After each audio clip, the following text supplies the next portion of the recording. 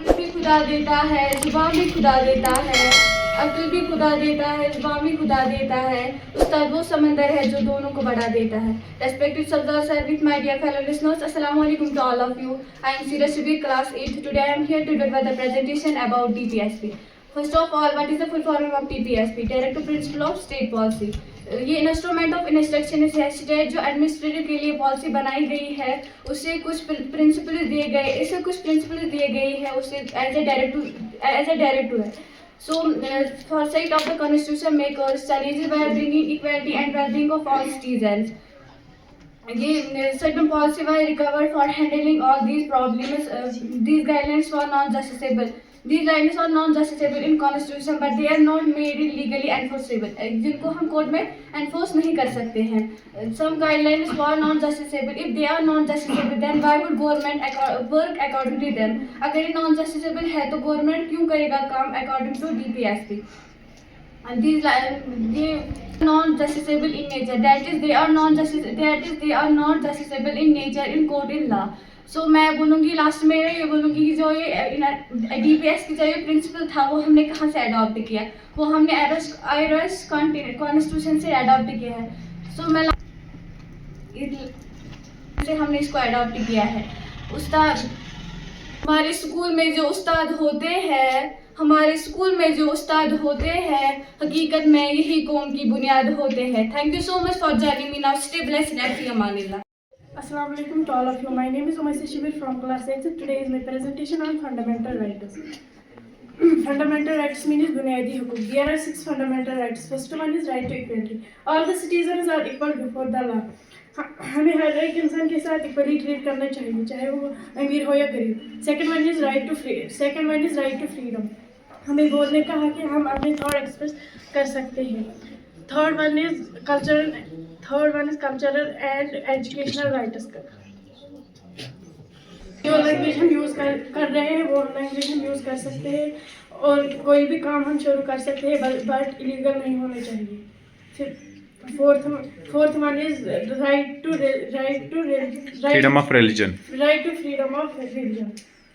हम किसी को फोर्स नहीं कर सकते हैं कि वो हमारा रिलीजन अपनाए. उसको हम कहते हैं right to freedom of religion.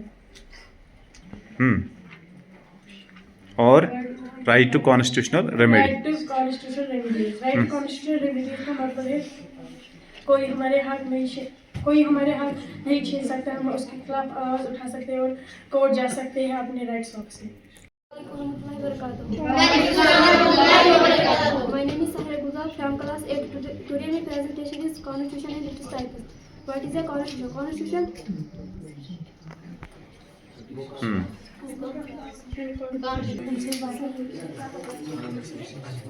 Constitution का सबसे बड़ा कानून होता है. ये बताता है मुल्क कैसे चलाया जाता है, गवर्नमेंट क्या कर सकती है, आवाम के राइट्स क्या है. बहुत अच्छा. कॉन्स्टिट्यूशन के types. First one is constitution वो कॉन्स्टिट्यूशन होता है जिसमें कानून लिखे हुए होते हैं. Second one is article constitution वो कॉन्स्टिट्यूशन होता है जिसमें कानून लिखे नहीं होते हैं. Third one is rigid constitution वो कॉन्स्टिट्यूशन होता है जिसमें अमेंडमेंट चेंज करना मुश्किल होता है. Fourth one is flexible constitution वो कॉन्स्टिट्यूशन होता है जिसमें अमेंडमेंट चेंज करना आसान होता है. Fifth one is federal constitution वो कॉन्स्टिट्यूशन होता है जिसमें पावर सेंटर और स्टेट्स के दरमियान होता है. Unitary constitution is sixth one is unitary constitution वो कॉन्स्टिट्यूशन होता है जिसमें सारी पावर गवर्नमेंट के पास है. Constitution is a book of laws. ये कानून की किताब होती है. Constitution is a set of basic rules and laws. ये बनी होती है बुनियादी हुकूक और कानून से. Constitution के कुछ टाइप्स है. पहला है रिटन कॉन्स्टिट्यूशन, ये जो लिखा होता है एक सिंगल डॉक्यूमेंट है. दूसरा है अनरिटन कॉन्स्टिट्यूशन जो लिख के नहीं होता है. तीसरा है रिजिड कॉन्स्टिट्यूशन जो आसानी से चेंज नहीं हो सकता है. फिर आता है फ्लेक्सिबल कॉन्स्टिट्यूशन जो आसानी से चेंज हो सकता है. फिर आता है फेडरल कॉन्स्टिट्यूशन जिसकी ताकत मरकजी और रियासत के दरमियान तकसीम है. फिर आता है यूनिटरी कॉन्स्टिट्यूशन जिसकी ताकत मरकजी हुकूमत में मरकूज है. Thank you for joining me. Stay blessed and fee Aman Allah. First of all, Assalamu alaikum to all of you. My name is Sahil Ashik. My father's name is Ashik Sangnai. I study in class 8.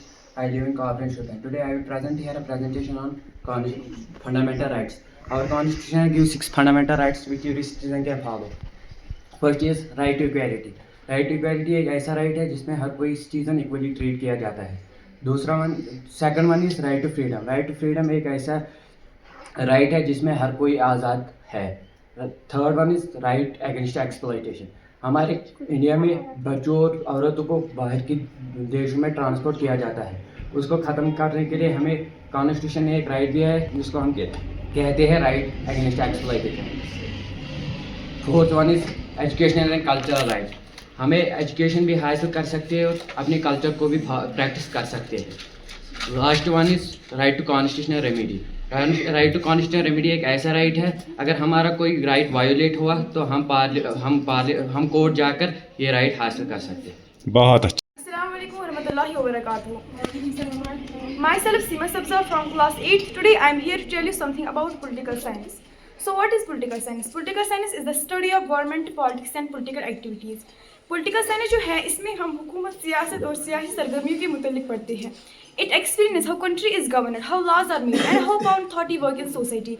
ये बताता है कि मुल्क किस तरह चलाया जाता है, कानून किस तरह बनाए जाते हैं और माशरे में पावर अथॉरिटी कैसे काम करती है. The father of political science is Aristotle. Aristotle को पॉलिटिकल साइंस का फादर माना जाता है. Political science is the combination of two words politics and science. Political science जो है ये कॉम्बिनेशन है टू वर्ड्स का. एक है politics and science. Politics comes from the Greek word polis which means a state. Science comes from the Latin word scientia which means to know. In political science, a country is called a state and a state is called a province. Political science में country को state कहा जाता है और state को province कहा जाता है. A state is formed by population, territory, government and sovereignty. Thanks to all of you.